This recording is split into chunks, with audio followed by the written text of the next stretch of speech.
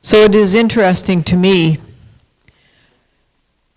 how kind of lopsided our worship has become. We find the concept for many of us of taking an hour to do Lectio Divina, and to just listen to our heart is a kind of strange cultural phenomena. We just don't do it unless something traumatic has happened in our lives and we're confronted with something that we just can't stop but have to sit down and feel it through. So I'm grateful for the Lectio.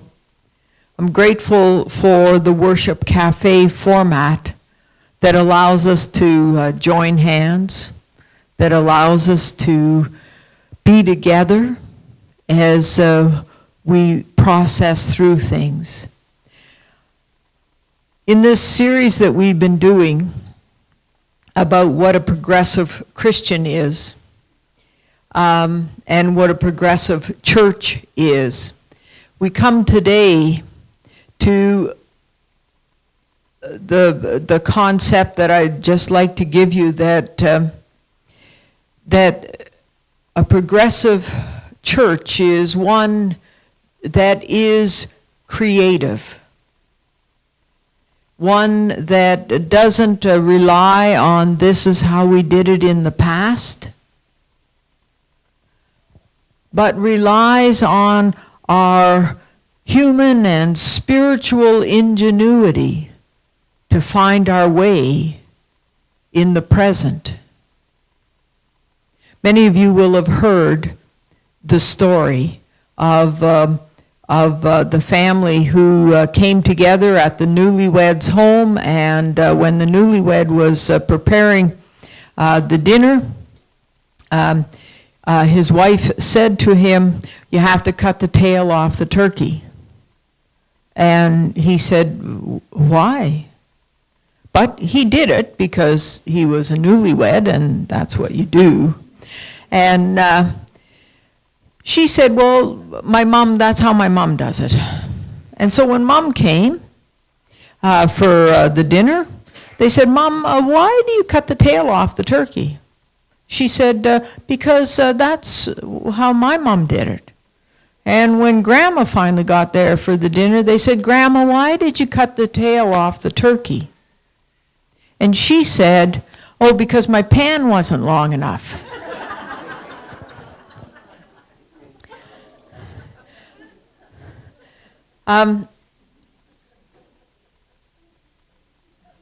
Our God is ceaselessly creative. Our God blends colors that we would never think of wearing together and puts them into nature. And they're beautiful. Things that we would never imagine being together are just, when we look at the creation, they're just part and parcel of it. I want to suggest to you that in a progressive church, we've tried to push back the kind of limits that have happened in the way we worship and in the way we live, so that we mix colors dramatically.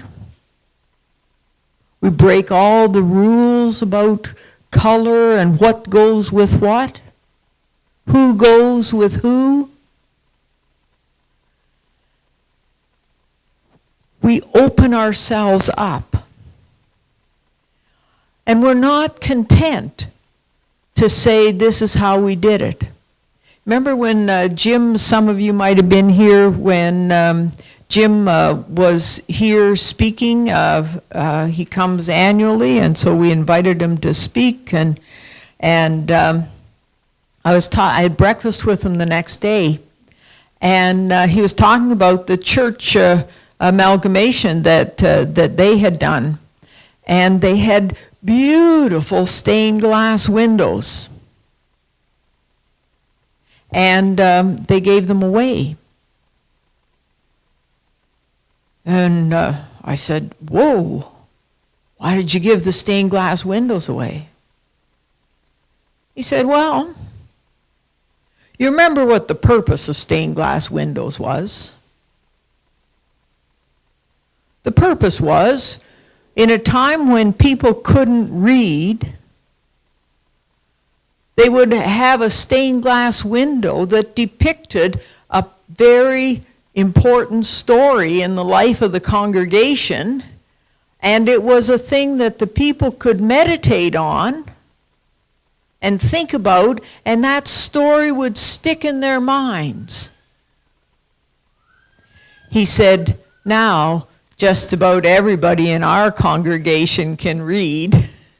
How about yours?" I conceded that most of you could read. And he said, most of the people that were in the stained glass windows were men. He said, "And that's not true for our church. Is it true for yours?" I said, "No, we have a few women." He said, "In our stained glass windows, most people were white." And he said, although we loved them, we sat down and said, if our people were to meditate on our stained glass windows today, is it giving the message that we want to project as a congregation? And we said no. So they quit cutting the tail off the turkey. They let go of their stained glass windows because the circumstances had changed so much. Now that's courageous, but it's also creative. They adapted other ways to bring beauty into their sanctuary. I was thinking about, several people have said to me, what a beautiful cross that is. And what a beautiful quilt it is.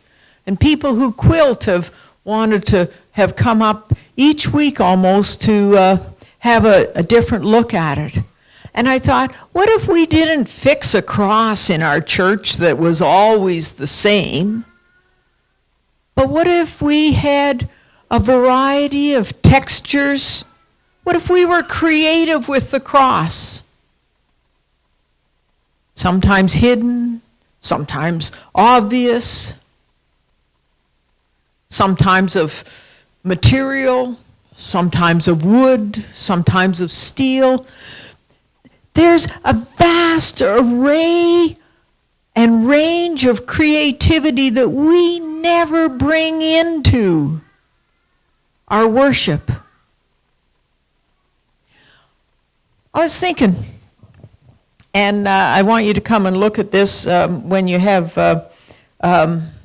some time, either during the service, I'll put them over there, or when you're having your hamburger.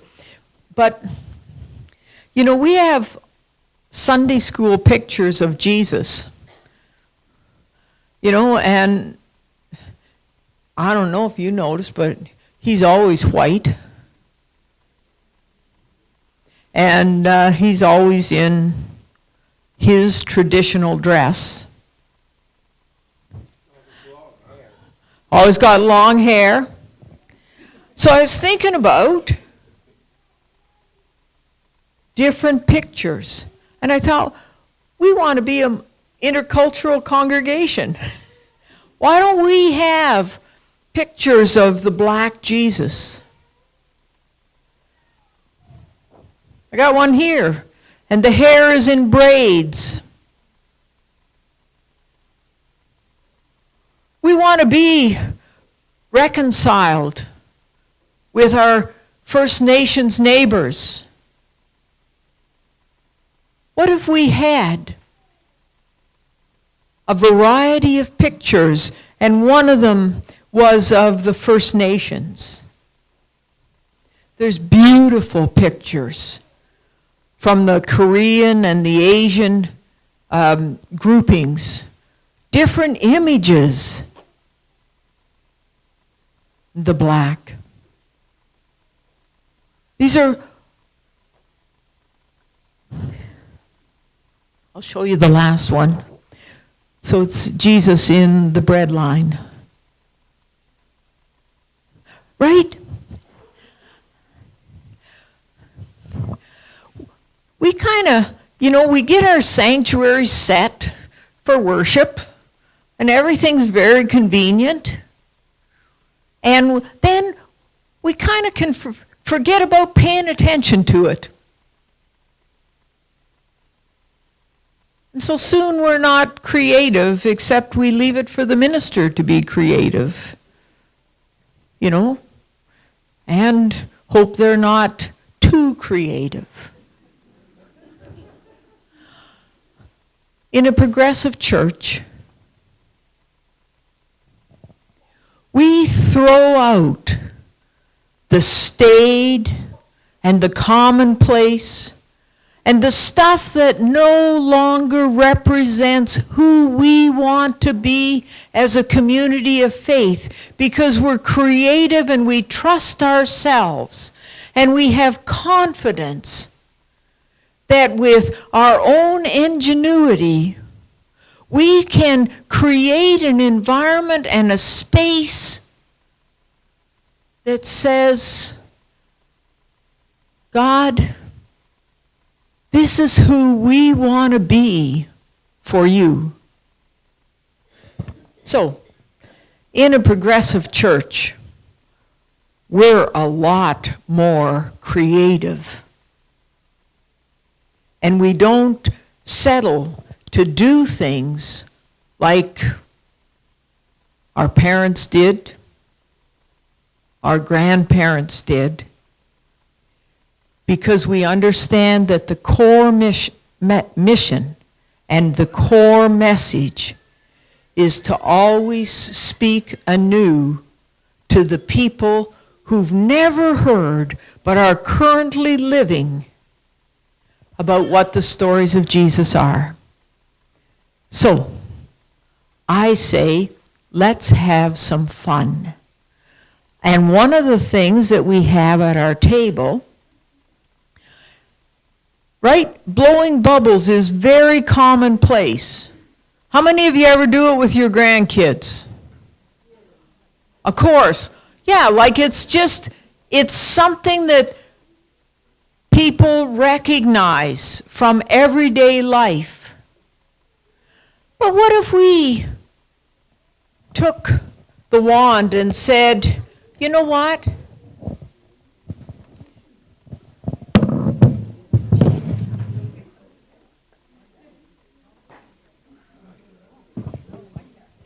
What if we took the wand and we said that we will imbue these bubbles with our prayers, with our longings? What if we moved to the heart center?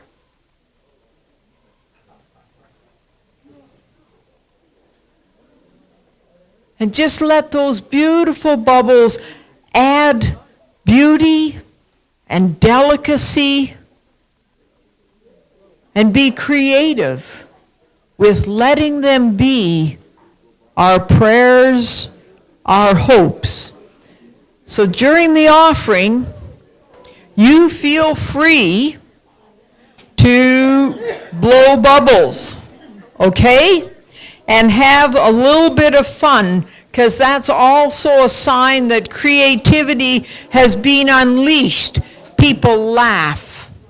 All right, my friends, and while you're doing the blowing bubbles, The summer choir is going to sing for us, and your offering will be received. I'd like to